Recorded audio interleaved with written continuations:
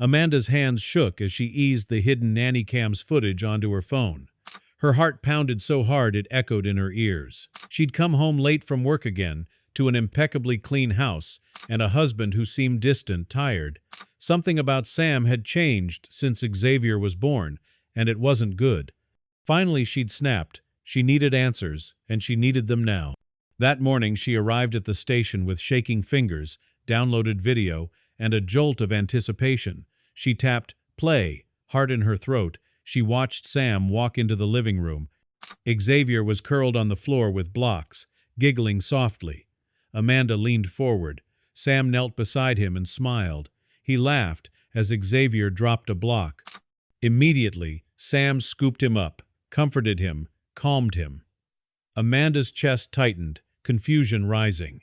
She watched as Sam wiped up spilled food and prepared a lunch of turkey hot dogs and applesauce, then cleaned up baby messes with patient care.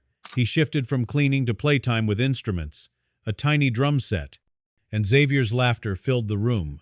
Minutes turned into tender moments. Sam coaxing perfect sentences, singing lullabies. Each second unveiled a devoted father at work. Amanda felt the walls of suspicion collapse.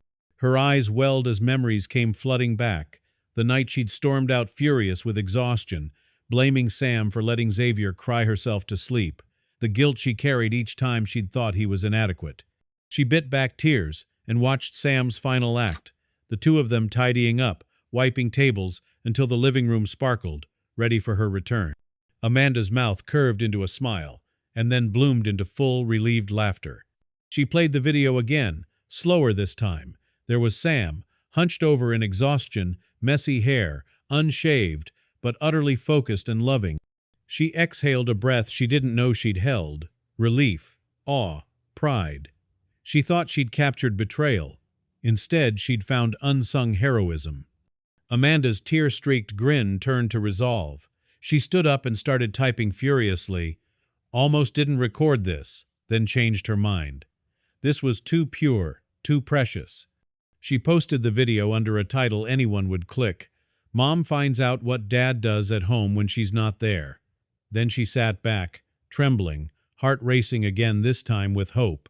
Within hours, the notifications exploded. Colleagues messaged with emojis tipping into tears.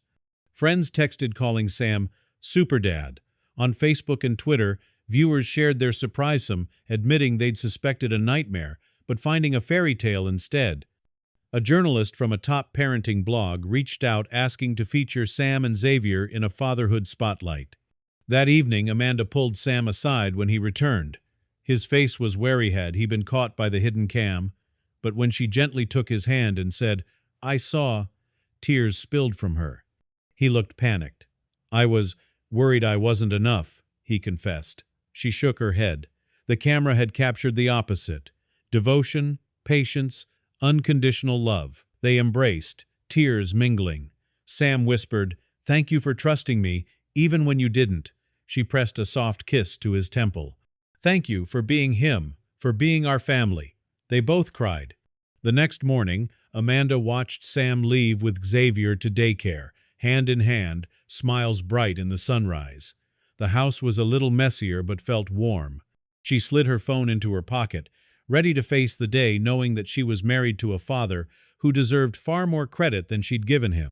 Her story spread far and wide, not as scandal or betrayal, but as a celebration of quiet love, because sometimes what seems like silence is really sacrifice, and what looks like absence is the deepest presence of all. In those moments of doubt, Amanda learned to trust, and in that hidden video, she found something far more valuable than proof. It was a mirror, showing her family's heart, beating strong and true,